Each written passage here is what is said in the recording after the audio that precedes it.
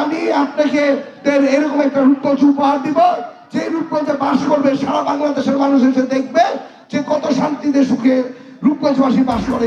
দুয়ারে কড়া নাড়ছে ত্রয়োদশ জাতীয় সংসদ নির্বাচনকে সামনে রেখে নারায়ণগঞ্জ 1 আসনের বিএনপির মনোনীত সংসদ সদস্য পদপ্রার্থী মুস্তাফিজুর রহমান ভূঁইয়া দীপু ব্যাপক নির্বাচনী প্রচার ও গণসংযোগ চালিয়ে যাচ্ছেন। নির্বাচনের আর মাত্র 5 দিন বাকি থাকায় দিনরাত ব্যস্ত সময় পার করছেন তিনি।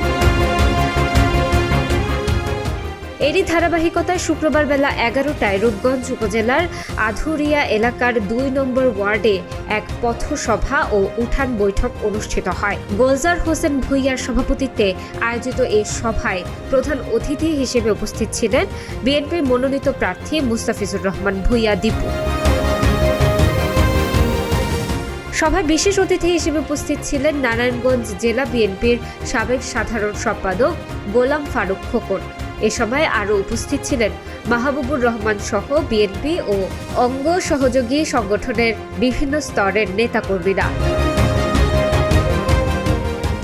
সভায় বক্তব্য রাখতে গিয়ে মুস্তাফিজুর রহমান ভূঁইয়া দীপু বলেন, আমি এমপি নির্বাচিত হলে রূপগঞ্জকে একটি স্বপ্নের রূপগঞ্জ হিসেবে গড়ে তুলব।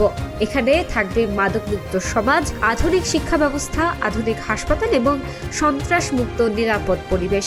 তিনি আরও বলেন, আগামী 12 ফেব্রুয়ারি আপনারা সবাই ধানের শীষ প্রতীকে ভোট দিয়ে আমাকে নির্বাচিত করলে রূপগঞ্জবাসীর অধিকার ও সার্বিক উন্নয়ন নিশ্চিত করব। আমার গোলাকান্দারের মানুষ আমার নিজের মানুষ, তাদের বাসায় বাতি চললে ইন্ডাস্ট্রির বাতি চলবে। তার প্রতিটি ঘরে ঘরে ইনশাল্লাহ চাকরির ব্যবস্থা করব। এখানে কোনো পানি বন্দি কেউ থাকবে না, আপনাদেরকে কেউ জায়গা দখল করতে পারবে না। আপনাদের 3 বেলার জায়গায় 2 বেলা খেয়ে গ্যাসের টাকা জমা দিয়েছিলেন না, এই গ্যাসের লাইনটাকে তারা অবৈধ বলেছে। ইনশাল্লাহ এই লাইনটাকে আমরা বিএনপি পরিবার নিয়ে আমরা বৈধতা দেওয়ার চেষ্টা করব। আজকে আপনাদেরকে নিয়ে একটি স্বপ্নের রূপগঞ্জ করব, যেই রূপগঞ্জে সন্ত্রাস থাকবে না, যেই রূপগঞ্জে মাদকের ব্যবসা থাকবে না, যেই রূপগঞ্জে আপনারা আপনাদের বাচ্চাকে স্কুলে বেড়াবেন, সুশিক্ষিত হয়ে বেরোবে, চিকিৎসা করবেন সরকারি হসপিটালে, আপনারা নিরাপদে থাকবেন। এরকম রূপগঞ্জ চান আপনারা?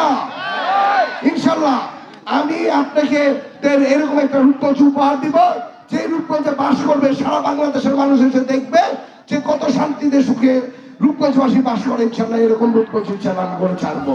এ সময় তিনি দলীয় নেতাকর্মী ও সাধারণ জনগণকে ঐক্যবদ্ধ হয়ে ধানের শীষের পক্ষে কাজ করার আহ্বান জানান। সভা শেষে নেতাকর্মীরা এলাকার সাধারণ মানুষের কাছে ধানের শীষ প্রতীকের পক্ষে ভোট প্রার্থনা করেন।